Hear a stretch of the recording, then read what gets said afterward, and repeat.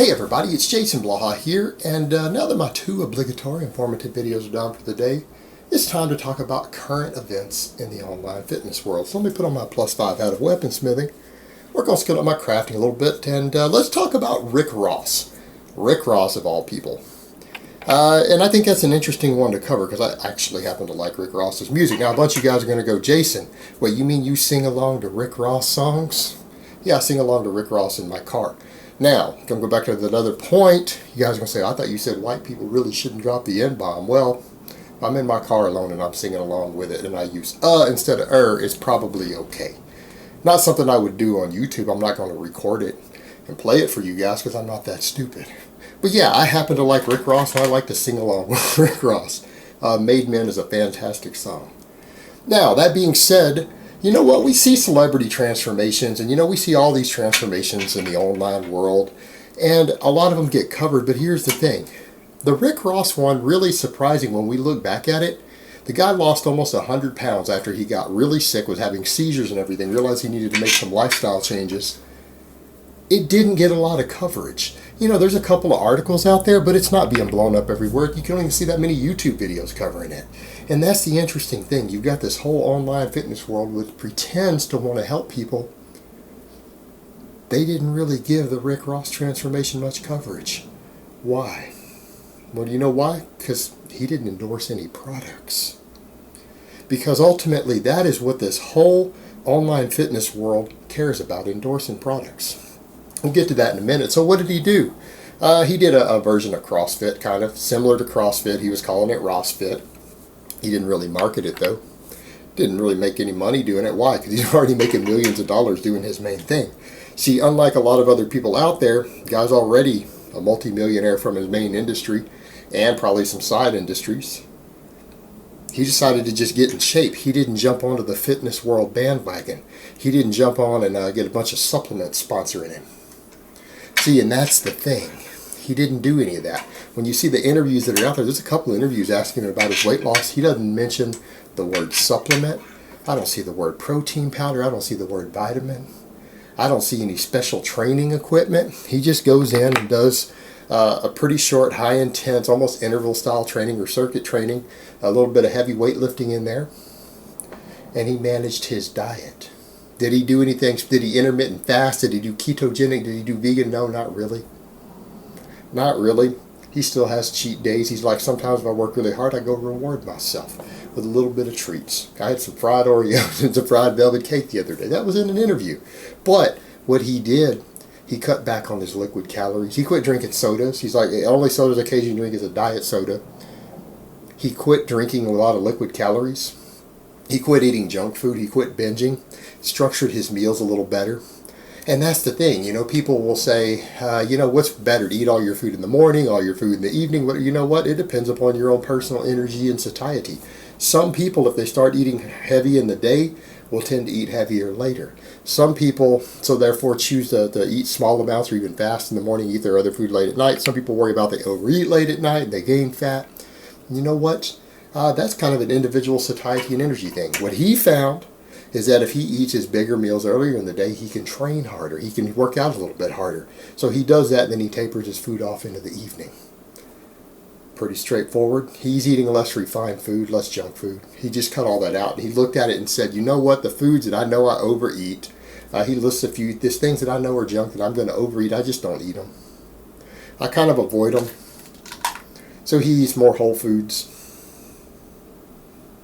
That's what I gathered from some of the interviews. He didn't have specific foods he completely avoids. He just tries not to eat them. Tries to fill up early in the morning and then avoid food late at night. He quit having food binges at 3 in the morning when he's working and making music and doing other stuff. Quit drinking so many liquid calories, and he just stayed consistent with his workouts. He did not even follow in a special, really highly special workout program. He's like, I just go in and train hard with my stuff. Try to be consistent and do it a few times a week, and don't really try not to miss workouts. You know what? That's actually all there is to most people who aren't trying to get in amazing shape, who just say, man, I'm getting really overweight. I got to lose 50 pounds. I got to lose 100 pounds. My health is suffering. That's all they have to do. find an eating pattern that works for them, avoid their trigger foods, the foods that will cause them to overeat easier, quit drinking liquid calories, avoiding binging, and being super consistent with your workouts. You know, the people who say stupid stuff like, well, I tried working out for a while and it didn't work. Well, you didn't do it long enough. If you quit after 3 months and you only lost your 12 pounds or 15 pounds, you know, and then you regained it when you quit, well, you shouldn't have quit. You should have kept doing it for 3 years, 5 years, 10 years. You know, just think, if you had lost that 15 pounds in that 3 months, what would have happened if you would have done it for a year straight? That would have been 50 or 60 pounds. Well, that's what he did. He just got consistent and decided that working out was important, not to miss workouts, to stay consistent with it, try to fit it all into his schedule, quit binging, cut out his junk food, cut out his liquid calories. And, you know, and he does have a bit of an athletic background. He did play college ball, if I recall. So that's what he did. Well, here's your problem with that. How are you supposed to market that? You can't sell that. All he did was cut out junk food, find a eating pattern that helped him avoid his trigger foods and works out consistently. You can't sell that. There's no products to sell. You can't even sell a workout guide for that, because he doesn't even list a specific workout, a little bit of interval top training, a little bit of barbell work, some body weight exercises. He's not even following a truly structured program. How are you going to sell that? You can't sell that in an ebook. You can't sell that as a program and charge $100. No one's going to buy that. They're going to read it and go, what the hell? And then they find out if they don't do what he did and he comes out with another interview, then they're going to sue the people who sell it. So that's not workable. He's not pimping a bunch of protein shakes. He's not pimping vitamins. No miracle weight loss or muscle building products. No one wants to talk about it because you can't sell that. And that's the ironic part. You know, we had all these magazines and all this garbage built around selling products and actually giving terrible workout advice so that people will get lesser results so that they could sell products. I really and truly believe that is the reason body part splits ever got marketed to begin with. Because if they put everyone who's not on drugs on a chest day, an arm day, a leg day, they'll gain muscle slower. They can sell products to them longer. They can't give them really efficient workouts. They gain large amounts of muscle quickly, at least near their drug-free limits, because you can't sell that. You won't be able to sell extra products to those people if they're happy with their results. That's the reason I think those splits even got invented and sold and marketed in the magazines. I don't think the bodybuilders who were first doing them ever did them. I don't think that they thought that was the way to go. Because guys were getting big and jacked and ripped before they were even doing split routines. No, I think that was done purely to slow gains down. And that's what all of this comes down to. People can't market what Rick Ross did. All he did was diet and exercise. And he doesn't have a specific special diet. He just cut out the foods that he knows he overeats, all the junk food, the high calorie foods. He just cut them out. And he doesn't let himself eat late at night because he knows he overeats and binges if he's up late at night working. He just doesn't eat. He tries to eat most of his food in the morning before he goes to work out because he feels like he can train harder with all the extra food. And that works. Guy lost almost 100 pounds, got into shape because he was weighing 300 pounds. And that's the thing, you know, you see the YouTube and the internet stuff now, and this was supposed to be because people make a living on YouTube. I make a living on YouTube. I know people who actually are like, there's no way, you can't possibly be making enough to survive on. You're getting disability, you're getting welfare. No, I'm not, guys. I actually pay my rent, I pay my electric bill, my cell phone, my groceries, a new car. I bought a new car last year. It's not a used car. Pay my insurance, my gas.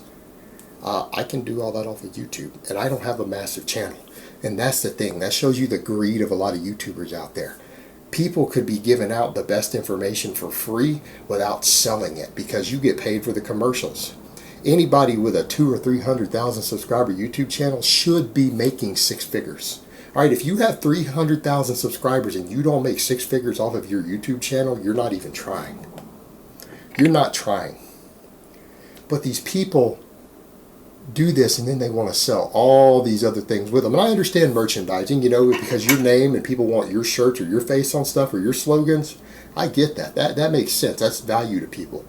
But when they start endorsing all these products, they're getting kickbacks on it, and supplements and supplement lines and all this garbage that doesn't work.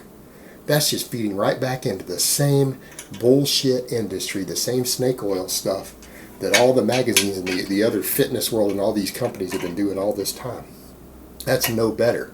YouTube should have been the platform to where we can give out free advice to people, and the only thing they're paying is maybe watching some commercials. And if they see something they want to buy in a commercial, they click on it and buy it, you know? That's it. And we can all make a good living doing that. Everyone in YouTube Fitness. Everybody can. But no, everyone has to fall back into the snake oil stuff. They don't want to do anything unless they involve products they can sell.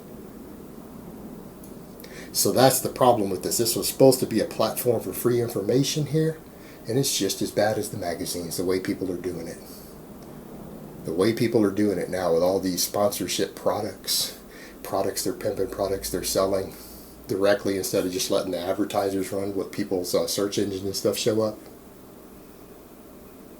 And that's why you won't see people discussing Rick Ross's transformation, or anyone who does a real transformation.